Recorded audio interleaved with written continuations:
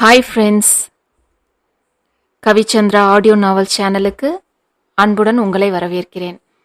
சேனலை சப்ஸ்கிரைப் செய்யாம தொடர்ந்து கேட்டுக்கொண்டிருக்கும் நண்பர்களே, உங்களது சப்ஸ்கிரிப்ஷன், லைக்ஸ், ஷேர்ஸ், கமெண்ட்ஸ் எங்களை அடுத்த நிலைக்கு கொண்டு செல்வதோடு உங்களுக்காக இன்னும் புதிய முயற்சிகளை செய்ய வைக்கும். அதனால மறக்காம சேனலை சப்ஸ்கிரைப் பண்ணிட்டு உங்களது அன்பை லைக்ஸ், ஷேர்ஸ், கமெண்ட்ஸ் மூலமாக எங்களுக்கு தெரிவியுங்கள். கதைகளை தொடர்ந்து நீங்கள் கேட்க விரும்பினால் அப்படியே பக்கத்துல இருக்க பெல் பட்டனை கிளிக் பண்ணுங்க. வாங்க கதைக்குள்ள போகலாம். யானும் 7. ஆனந்த் கொஞ்சமும் அங்கு ஆராவை எதிர்பார்க்கவே இல்லை. அன்று காலைதான் மாலை பெண் பார்க்க போகும் விஷயத்தை பற்றி அவனிடம் தெரிவித்திருந்தார் சகுந்தலா. அப்போதும் இதிலெல்லாம் அவன் பெரிதாக ஆர்வம் காண்பிக்கவில்லை. அவர் சொன்னதற்கு சரி என்பதோடு அந்த பேச்சை முடித்துக்கொண்டு கடைக்கு கிளம்ப முயல, இதுல பொண்ணு போட்டோ இருக்கு தம்பி என அவனிடத்தில் ஒரு கவரை கொடுத்திருந்தார் சகுந்தலா. அதை வாங்கி கொண்டு கிளம்பியவனுக்கும் கடைக்குள் நுழையும் போதே அவனுக்காக காத்திருந்த ஆட்களோடு பேச துவங்கி விட்டதில் மற்றதெல்லாம் மறந்தே போனது. அவ்வளவு ஏன், மாலை கிளம்ப வேண்டும் என்ற நினைவே இன்றி தன் வேலையை பார்த்து கொண்டிருந்தவனை சகுந்தலாவே அலைபேசியில் அழைத்து நினைவுபடுத்தினார். அதன் பின்னே வேகமாக கிளம்பி வீட்டிற்கு வந்தவனை இங்கு அழைத்து கொண்டு வந்திருந்தார் சகுந்தலா. ஆனந்தின் உடன் பிறந்தவர்கள் எல்லாம் அவனுக்கு முன்பே தயாராகி காத்திருந்தாலும் அங்கு யார் முகத்திலும் கொஞ்சமும் புன்னகையோ மலர்ச்சியோ இல்லை. வழக்கம் போல கஸ்தூரி மட்டும் அந்த இடத்தில் காணவில்லை. அதிலேயே அவள் வரவில்லை என்று புரிந்து கொண்டவன் உள்ளே சென்று அவளை எவ்வளவு வற்புறுத்தி அழைத்தும் அவள் தீர்க்கமாக முடியவே முடியாது என மறுத்துவிடவே வேறு வழியின்றி அமைதியானான் ஆனந்த். மற்ற அனைவரும் கூட கடமையே என தயாராகி இருந்தது போல தெரிந்தது. அப்படி என்ன சொல்லி இவர்களை எல்லாம் சகுந்தலா சமாளித்தாரோ ஆனந்துக்கு தெரியவில்லை. ஆனால் அவர்களிடம் இப்போதைக்கு எதுவும் பேச்சு கொடுக்க வேண்டாம் என்பது போல் சகுந்தலா பார்வையாலேயே வீட்டிற்குள் வந்தவுடன் அவனிடம் தெரிவித்து விட்டிருக்க அமைதியாகவே கிளம்பி வந்திருந்தான் ஆனந்த். பெண் பார்க்க போகிறோம் என்ற குறுகுறுப்போ தன் வருங்கால மனைவியை காணப்போகும் ஆர்வமோ துளியும் அவனிடம் இல்லை. அன்னை அழைத்ததற்காக கடமை போல் வந்து அமர்ந்திருந்தவனுக்கு அங்கு ஆராவை கண்டதும் அவனையும் அறியாமல் உள்ளுக்குள் ஏதோ செய்தது. அதே நேரம் 2 நாட்கள் முன்பு கஸ்தூரியோடு நடந்த உரையாடல் அவனின் நினைவுக்கு வந்தது. அன்று இரவு சகுந்தலாவோடு பேசிவிட்டு தன் அறைக்கு சென்ற ஆனந்த் உறங்க முயலவும் அவன் அறை வாயிலில் வந்து தயங்கியவாறு நின்றாள் கஸ்தூரி. எப்போதும் அறையின் கதவை தாழிடும் வழக்கம் அவனுக்கு இல்லை என்பதால் லேசாக மூடியிருந்த கதவின் இடைவெளியில் அவளின் வரவை கண்டவன் என்னடா என்று எழுந்து சென்று கதவை திறக்க, தூங்கிட்டு இருந்தியானா, தொந்தரவு செஞ்சிட்டேனா என்றவளை ஆதூரமாக பார்த்தவனுக்கு ஒரு கசந்த புன்னகையே மலர்ந்தது. நீ எனக்கு தொல்லையா இருக்கேன்னு நான் நினைப்பேனாடா என்றவனை அவசரமாக இடைமறித்தவள், நான் அப்படி சொல்லலன்னா உன்னை பத்தி எனக்கு தெரியாதா, தூக்கம் கலைஞ்சிடுச்சான்னு கேட்டேன் என்றாள் கஸ்தூரி. அதெல்லாம் ஒன்னும் இல்லை, நீ வா என அவளை உள்ளே அழைத்தவனை மறுத்து தலையசைத்தவள் பின் என்ன நினைத்தாலோ அறைக்குள் வந்து அக்கம் பக்கம் பார்த்தவாறே அவளின் துப்பட்டாவின் மறைவில் வைத்திருந்த பொருளை எடுத்து அவன் முன் நீட்ட புரியாமல் அவளின் செய்கையை பார்த்து கொண்டிருந்தவனுக்கு கஸ்தூரியின் உள்ளங்கையில் இருந்த ரோஜா வடிவ கிளிப் பார்வையில் பட்டது. அவன் அதையே பார்த்து கொண்டிருக்க, இன்னைக்கு உன் ட்ரெஸ் எல்லாம் துவைக்க எடுத்தேன், அப்போ இது உன் சட்டை பாக்கெட்ல இருந்ததுன்னா என்று கொடுத்தவளிடம் இருந்து ஓ என்றவாறு அதை வாங்கி கொண்டான் ஆனந்த். இது யாரோடதுன்னெல்லாம் கேட்க மாட்டேன்னா, ஆனா இதுவரை இப்படி ஒன்ன உன்கிட்ட நான் பார்த்ததே இல்லை. அப்படி இது ரொம்ப முக்கியமான ஒன்னா இருந்தா அம்மா கிட்ட இப்பவே சொல்லிடு. இங்க பல பேர் பல கனவுல பல திட்டத்தோட இருக்காங்க. ஆனா எனக்கு இதையெல்லாம் விட உன் நிம்மதியும் சந்தோஷமும் தான் முக்கியம் என மெல்லிய குரலில் சொல்லிவிட்டு அங்கிருந்து நகர்ந்தவளின் வார்த்தையில் அப்படியே நின்று விட்டவனுக்கு அதன் பின்னே அவள் சொல்லி சென்றதன் பொருள் புரிய வேகமாக கஸ்தூரியின் பின்னால் சென்றவன் அவளின் வழியை மறித்து, நீ நினைக்கிறது போலெல்லாம் எதுவும் இல்லடா, இது எதிர்பாராம நடந்த ஒரு சின்ன விபத்துல என் கைக்கு வந்தது, அவ்வளவுதான் என்றான் ஆனந்த். அப்படின்னா ஓகேனா என்றவளும் அதற்கு மேல் எதுவும் கேட்கவில்லை. இப்போது ஏனோ அது ஆனந்தின் நினைவுக்கு வரவே, இப்போது இதை சொன்னாலும் யாராவது நம்புவார்களா என்றே தோன்றியது. இப்படி ஒரு நிகழ்வு தற்செயலாக அமையும் என அவன் நினைத்தும் பார்த்திருக்கவில்லை என்பதால், அப்படி அமைந்த நிகழ்வை எண்ணியவாறே அவனையும் அறியாமல் ஆராவை சில நொடிகள் இமைக்காமல் பார்த்து கொண்டிருந்தான் ஆனந்த். ஆனால் அதற்கு நேர்மாறாக ஆராவோ குனிந்த தலையை நிமிராமல் தனக்குள்ளேயே உழன்றவாறு தரையை பார்த்து கொண்டே நின்றிருக்க, நேற்றைய சகுந்தலாவின் மிரட்டலின் பேரில் வேறு வழியில்லாமல் வந்திருந்த ரேகாவும் கீதாவும் கடுகிடவென முகத்தை வைத்துக்கொண்டு ஆராவை முறைத்து கொண்டு அமர்ந்திருந்தனர். இவள் இவ்வளவு அழகாக இருப்பாள் என அவர்கள் இருவருமே எதிர்பார்த்திருக்கவில்லை. நேற்று மாலை இருவரையும் கொஞ்சம் பேச வேண்டும் என சகுந்தலா அழைத்ததனால் அவரின் முடிவை சொல்லப் போகிறார் என்று கிட்டத்தட்ட அறிந்தே வந்திருந்தவர்கள் தன் தரப்பை விடுத்து மற்றவரை தேர்ந்தெடுத்திருந்தால் பிரச்சனை செய்யும் மனநிலையிலேயே அமர்ந்திருந்தனர். அதனால் இருவருமே ஒருவரையொருவர் முறைத்து கொண்டு அமர்ந்திருக்க, அடுத்து அகல்யாவும் அதற்கடுத்து பூரணியும் வந்து அமர்ந்தனர். அதை கண்டதும், கல்யாணம் பேச முறைப்படி அம்மா அப்பாவை வர சொல்லட்டுமா அத்தே என்றிருந்தால் முந்திக் கொண்டு ரேகா. அப்படி முறைன்னு பார்த்தா கூட பொண்ணு வீட்டுக்கு தான் மாப்பிள்ளை வீட்டில இருந்து போய் பேசுவாங்க. இந்த முறையே தெரியலையா? இதுல முறைய பத்தி பேசுறாங்களாம். அந்த முறையெல்லாம் நாங்க பாத்துக்கிறோம். அம்மா அண்ணா எங்க வீட்டுக்கு வருவாங்க முறைப்படி பேச என வேண்டுமென்றே அந்த முறையில் ஒரு அதீத அழுத்தத்தை கொடுத்து பேசினாள் கீதா. அதற்கு கோபமாக ரேகா பதிலளிக்க முயலவும், போதும் நிறுத்துறீங்களா? உங்க சண்டைய வேடிக்கை பார்க்க இங்க உங்களை கூப்பிடல என்றவர் அனைவரையும் ஒரு பார்வை பார்த்தவாறே குரலை கனைத்து கொண்டு பேச துவங்கினார் சகுந்தலா. அதில் அங்கிருந்த அனைவரின் கவனமும் சகுந்தலாவின் மேல் திரும்பியது. இவ்வளவு நாளா கல்யாணமே வேண்டான்னு இருந்த ஆனந்த் இப்போ சம்மதிச்சதே எனக்கு ரொம்ப பெரிய விஷயம்.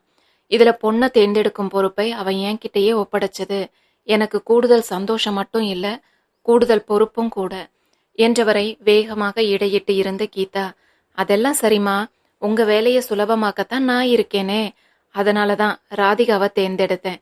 இதைவிட ஆனந்த் அண்ணாக்கு பொருத்தமா என கிடைத்த சிறு இடைவெளியையும் விடாமல் கீதா ஸ்கோர் செய்ய பார்க்க, நீ பேசினது எல்லாம் போதும், இப்போ நான் பேசுறத கேளு என்றார் சற்று அழுத்தமான குரலில் சகுந்தலா. அதில் கீதா முகம் சுருங்க அமைதியாக வேண்டும் என்றே அவளை வெறுப்பேற்றது போல கலுக்கென்று சிரித்து வைத்தாள் ரேகா. அதில் அவளை திரும்பி கீதா முறைக்கவும், அவன் இதுவரைக்கும் நமக்காகவே வாழ்ந்திருக்கான், இனியாவது அவனுக்காக அவன் வாழணும் என்ற சகுந்தலாவின் குரலில் இருவரின் கவனமும் அவர் பக்கம் திரும்பியது. அப்போ நம்ம எல்லாம் இனி அண்ணா கவனிக்காதுன்னு சொல்றீங்களா என்று கீதா குறுக்கிடவும், நான் அப்படி சொல்லல, அவன் வாழ்க்கை சந்தோஷமா இருக்கணும்னு சொல்றேன் என்று எரிச்சலோடு சொல்லியவரை கண்டு கீதா கேட்ட அதே கேள்வியை கேட்க வாயை திறந்த ரேகா கப்பென்று வாயை மூடிக்கொண்டாள். உடனடியாக எந்த மறுப்பும் இன்றி, நாங்களும் அதேதான் சொல்றோம் என கோரஸாக ஒலித்தது ரேகா மற்றும் கீதாவின் குரல். ஆமா, நீங்களும் அவன் மேல இருக்கிற அக்கறையில தான் சொல்றீங்கன்னு புரியுது. ஆனா இதில் ஆனந்த் திடமா ஒன்னு சொல்லிட்டான் என கூறி இடைவெளி விட்டார் சகுந்தலா. என்ன என்பது போல இருவரும் அவரையே பார்த்து கொண்டிருக்க, இப்போ உன் நாத்தனார கல்யாணம் செஞ்சா அது இந்த வீட்டு மருமகளா இருக்க ரேகாவின் பிறந்த வீட்டை ஒதுக்கியது போல அவள் மனச கஷ்டப்படுத்தும். அதுவே ரேகா தங்கைய கல்யாணம் செஞ்சுக்கிட்டா இந்த வீட்டு பெண்ணா இருக்க உன் புகுந்த வீட்டை ஒதுக்கியது போல உன் மனச அது வருத்தும். அதனால சொந்தத்துல பொண்ணே வேண்டாம்னு திட்டவட்டமா சொல்லிட்டான் ஆனந்த் என்று சகுந்தலா சொல்லி கூட முடிக்கவில்லை. ஆ, அதேபடி என மறுபடியும் இருவரும் ஒரே குரலில் கேட்கவும், அது அப்படித்தான் என்றிருந்தார் சகுந்தலா. இது என்னமா அநியாயமா இருக்கு? இந்த வீட்டுல பிறந்த நானும் எங்கோ இருந்து வந்த இவங்களும் ஒன்னா என்று எரிச்சலில் கத்தினாள் கீதா. எங்க இருந்து வந்தா என்ன? நான் தான் இந்த குடும்பத்தோட மூத்த மருமக. 2 வருஷம் முன்ன கல்யாணமான உனக்கு ஓ நாத்தனார் முக்கியமா இருக்க மாதிரிதான் எனக்கு என் கூட பிறந்த தங்கச்சி முக்கியமா இருப்பா. நான் இங்க வந்து 13 வருஷம் ஆகுது. இந்த வீட்டோட முதல் வாரிசு என் பசங்க தான் என்று ரேகாவும் மூச்சை பிடித்து கொண்டு சண்டைக்கு தயாரானாள். இதோ இதுக்குத்தான் பயந்தான் ஆனந்த். இத்தனை வருஷமா நான் கட்டி காப்பாத்தின இந்த குடும்பத்தோட ஒற்றுமை ஏன் கல்யாணத்தால கெட்டு போக கூடாது. எனக்கு சொந்தத்துல இல்லாம வெளியில வேற பொண்ண பாருங்க, அப்படி இல்லைன்னா எனக்கு கல்யாணமே வேண்டான்னு சொல்லிட்டான். என்று முடித்தார் சகுந்தலா. அதான் தம்பியே வேண்டாம்னு சொல்லிடுச்சே என்று ரேகாவும், ஆமாம்மா, அண்ணாவே வேண்டாம்னு சொன்ன பிறகு எதுக்கு தொந்தரவு செய்யணும் என்று கீதாவும் கூற, இப்படியே விட்டால் இன்னும் பேசிக்கொண்டேதான் செல்வார்கள் என புரிந்து கோபமாக இடையிட்ட சகுந்தலா, அவர் ஆனந்தை சம்மதிக்க வைக்க எவ்வளவு கஷ்டப்பட்டார் என்பதில் துவங்கி, அவன் சம்மதம் கிடைத்து விட்ட பின் வேறு எதுவும் தனக்கு முக்கியமில்லை என்று கூறி, யார் என்ன எதிர்த்தாலும் இந்த திருமணம் அவர் பார்த்திருக்கும் வரனோடு நடந்தே தீரும் என்றதோடு, அதை தடுக்கவோ கெடுக்கவோ யாராவது நினைத்தால் அதன் பின் ஆனந்த் மூலம் இவர்கள் இத்தனை நாள் அனுபவிக்கும் சுக வாழ்விற்கு முற்றிலும் பங்கம் வரும் என்று லேசாக மிரட்ட அதிர்ந்து போனவர்கள் அமைதியானார்கள். அவர்களின் அந்த நிலையை தனக்கு சாதகமாக்கி கொண்டு, நாளைக்கு சாயந்தரம் பொண்ணு பார்க்க போறதா முடிவு செஞ்சிருக்கேன். விருப்பம் இருந்தா, ஆனந்த் மேல உண்மையான அன்பு இருந்தா நீங்களும் கலந்துக்கலாம். இல்லைனாலும் பரவாயில்லை, நீங்க வந்தாலும் வரலனாலும் எல்லாம் என் ஏற்பாட்டின்படி தான் நடக்க போகுது. என்ன, இத்தனை நாள் எல்லாரும் நம்ம குடும்பம்னு நினைச்சு உழைச்சிட்டு இருந்தவனுக்கு இனிதான் மத்தவங்க தன்னை அப்படி பார்க்கலன்னு புரியும். அதுவும் நல்லதுக்கு தான் என்றதோடு முடித்துக்கொண்டு எழுந்து சென்றிருந்தார் சகுந்தலா. வேறு என்ன சொல்லி இருந்தாலும் அசைந்து இருப்பார்களோ என்னவோ. ஆனால் ஆனந்த் திருமணம் முடிப்பதில் தங்களுக்கு விருப்பம் இல்லை, அதில் உடன்பாடு இல்லை என்றெல்லாம் அவனுக்கு தெரிய வந்தால் இப்போது அவன் மூலம் கிடைக்கும் லாபமெல்லாம் காணாமல் போகும் என்று புரிய, இதுவரை அடித்து கொண்டிருந்த இருவரும் இந்த ஒரு விஷயத்தில் மட்டும் ஒரே மாதிரி யோசித்தார்கள். அதன்படி வெளிப்படையாக இதை எதிர்ப்பது போல் காண்பித்துக் கொள்ளாமல், அவர்கள் விருப்பம் என்பது போல இருந்து கொண்டு தங்களால் முடிந்த அளவு அவர்கள் முடிவு செய்த திருமணத்தை தடுத்து தங்கள் விருப்பப்படி அதை நடத்தி முடிக்க திட்டமிட்டனர் இருவரும். இப்போது என்ன நடந்துவிட்டது? பெண் பார்க்கத்தானே போகிறார்கள், அதன் பின் எவ்வளவோ இருக்கிறது, அப்போது பார்த்து கொள்ளலாம் என்ற எண்ணத்தில் இப்போதைக்கு அவர்கள் அமைதியாயினர். இது இருவருமே மற்றவர் அறியாமல் தங்களுக்காக எடுத்த முடிவு. அதனாலேயே மறுநாள் மாலை எந்த எதிர்ப்பையும் காண்பிக்காமல் அவர்கள் தயாராகி வந்திருந்தனர். அவர்களின் ஆத்திரமான பார்வையெல்லாம் கவனிக்கும் நிலையிலேயே இல்லாத ஆரா கீ கொடுத்த பொம்மை போல கோமதி சொன்னதை செய்து கொண்டிருந்தாள். தன்னை போல் எதிர்பாராத இடத்தில் எதிர்பாராத சூழ்நிலையில் அவளை கண்டதில் தனக்கு உண்டான ஆச்சரியமும் வியப்பும் அவளுக்கும் ஏற்படுகிறதா என காண, ஆரா வந்து நின்றது முதல் அவளையே ஆனந்த் பார்த்து கொண்டிருக்க, அவளோ விழிகளை உயர்த்தவே இல்லை. இதில் உண்டான சிறு சுணக்கத்தோடு ஆனந்த் அமர்ந்திருக்கும் போதே சகுந்தலா ஆராவை உள்ளே அழைத்து சென்று விடவும், ஏனோ ஆனந்தின் மனம் வெறுமையை உணர்ந்தது. அதே நேரம் அங்கு வந்த சகுந்தலா அனைவரையும் கிளம்ப சொல்லிவிட்டு தான் சற்று நேரம் கழித்து வருவதாக கூறவும், கீதா தானும் அவருடன் இருப்பதாக அடம் செய்தாள். அவளை லேசாக கண்டிக்கும் குரலில் மற்றவர்களோடு சேர்ந்து கிளம்ப செய்த சகுந்தலா மீண்டும் ஆராவை காண அறைக்குள் சென்றார். அங்கு ஆத்திரமா அதிர்வா என பிரித்து அறிய முடியாத ஒரு மனநிலையில் அமர்ந்திருந்தவளின் அருகே சென்று அமர்ந்தவரை ஆரா நிமிர்ந்து பார்க்கவும், என்ன ஆச்சுமா, உனக்கு இந்த கல்யாணத்துல விருப்பம் இல்லையா என ஆதரவான குரல்தான் என்றாலும் மற்றவரிடம் இல்லாமல் அவளிடமே நேரிடையாக கேட்டு தன் அனுபவம் மிக பெரிது என நிரூபித்திருந்தார் சகுந்தலா. இதை பற்றியெல்லாம் அவரிடம் எப்படி பேசுவது என்பது போல ஆரா அமைதியாக இருக்கவும், அதெல்லாம் ஒன்றும் இல்லை சம்மந்தி, அவளுக்கு படிப்பு இன்னும் முடியலையேன்னு கவலை, அதான் அப்படி இருக்கா என்றிருந்தார் கோமதி. படிப்பா, என்ன படிப்பு என்று சகுந்தலா புரியாமல் விழிக்கவும், சாந்தி அக்கா உங்ககிட்ட எதுவும் சொல்லலையா? நான் அன்னைக்கே அவகிட்ட தெளிவா சொன்னேனே என்றார் கோமதி. இல்லையே, எதுவும் சொல்லலையே, நீங்க தான் இப்போ சொல்லுங்களேன் என சகுந்தலா நேரடியாக கேட்டு அனைத்தையும் தெரிந்து கொள்ளவும், இருவரையும் ஒரு வெற்று பார்வை பார்த்து கொண்டு அமர்ந்திருந்தாள் ஆரா. ஓ, இவ்வளவுதானா? இன்னும் 6 மாசம் தானேம்மா இருக்கு உன் படிப்பு முடிய, தாராளமா படி, யாரு வேண்டாம்னு சொல்றா? கண்டிப்பா பெண்கள் படிச்சு அவங்க சொந்த காலில் நிக்கணும். அது இல்லாம தானே அன்னைக்கு திடீர்னு எங்களை கட்டினவங்க விட்டுட்டு போனதும் நானும் உங்க அம்மாவும் செய்வதறியாம நின்னோம். அந்த நிலைமை இனி வரும் தலைமுறைக்கு வரவே கூடாது. மகராசியா படி, என் மகனே உன்னை படிக்க வைப்பான் என்று அவளின் கூந்தல் வருடி ஆதரவாக பேசினார் சகுந்தலா. அவர் பேசுவதை கேட்ட கோமதிக்கு மனம் நிறைந்து போனது. எதை எண்ணி அவள் வருந்தி கொண்டிருந்தாலோ அந்த கவலை இனி இல்லை என்ற எண்ணத்தோடு ரொம்ப நன்றி சம்மந்தி. இத நினைச்சு தான் ரொம்ப கவலைப்பட்டுட்டு இருந்தா. இனி நிம்மதியா இருப்பா என்றார் கோமதி. அதில் கோமதியை திரும்பி ஆரா ஒரு பார்வை பார்க்கவும், பாத்தியா, நான் அன்னைக்கே சொன்னேன்ல உன் படிப்புக்கு எந்த பிரச்சனையும் வராதுன்னு. நீ தான் கேட்கல. இப்போவாவது புரிஞ்சுக்கோ என்றதும் சகுந்தலாவின் முன் எதுவும் பேச முடியாமல் அமைதியாகவே இருந்தாள் ஆரா. என்ன ஆச்சுமா, ஏன் இப்படி அமைதியா இருக்க என்று சகுந்தலா நேராகவே கேட்கவும், ஒன்றுமில்லை என்பது போல தலையசைத்து வைத்தாள் ஆரா. அவர் சொல்வதெல்லாம் சரி என வைத்து கொண்டாலும் கூட இப்போது தனக்கென்ன அவசரம் இதற்கெல்லாம் என்றே ஆராவுக்கு தோன்றியது. ஆனால் அதை பேச வேண்டியது தன் அன்னையிடம்தானே தவிர இவரிடம் இல்லை என்று உணர்ந்து அமைதியாகவே இருந்தாள் ஆரா. அதன்பின் மற்ற இருவரும் பேசி முடித்து ஆராவிடம் சொல்லிக்கொண்டு சகுந்தலா கிளம்ப, அப்போதும் அமைதியான ஒரு தலையசைப்பையே பதிலாக கொடுத்தாள் ஆரா. நீ நல்லா பேசுவன்னு எனக்கு தெரியுமா, உன் தைரியமான பேச்சு எனக்கு ரொம்ப பிடிக்கும்.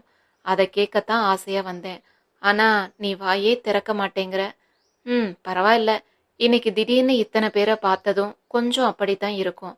அடுத்த முறை பேசிக்கலாம், சரியா? உடம்ப பார்த்துக்கோ, வரேம்மா என்று கன்னத்தை வழித்து அன்போடு சொல்லிவிட்டு வெளியில் வந்தவர் அங்கு வெளிவாயலுக்கு நேராக காரில் சாய்ந்தவாறு ஆனந்த் நிற்பதைக் கண்டு திகைத்தார். என்ன தம்பி, கிளம்பலையா என சகுந்தலா ஆச்சரியமாக கேட்கவும், நானும் போயிட்டா நீங்க எப்படி வீட்டுக்கு போவீங்களா, வாங்க என்றவாறே வண்டியில் ஏறியவனைக் கண்டு கோமதிக்கு மனம் நிறைந்தது.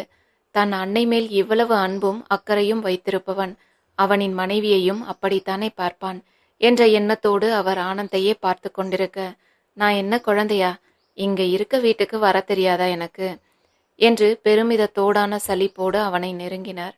சகுந்தலா, உங்களுக்கு வழி தெரியாதுன்னு யாரு சொன்னா? இங்க இருந்து நடந்து வந்து மறுபடியும் கால் வீங்கவா, ஏறுங்க என்று ஆனந்த் சொன்னதும் லேசாக சிரித்து விட்டார் சகுந்தலா. சரி, இவ்வளவு நேரம் இருந்துட்டு அப்படியே கிளம்பினா எப்படி? போய் அந்த பொண்ணு கிட்ட சொல்லிட்டு வா என மெல்லிய குரலில் சகுந்தலா கூறவும், நானா என்று திகைப்போடு கேட்டான் ஆனந்த்.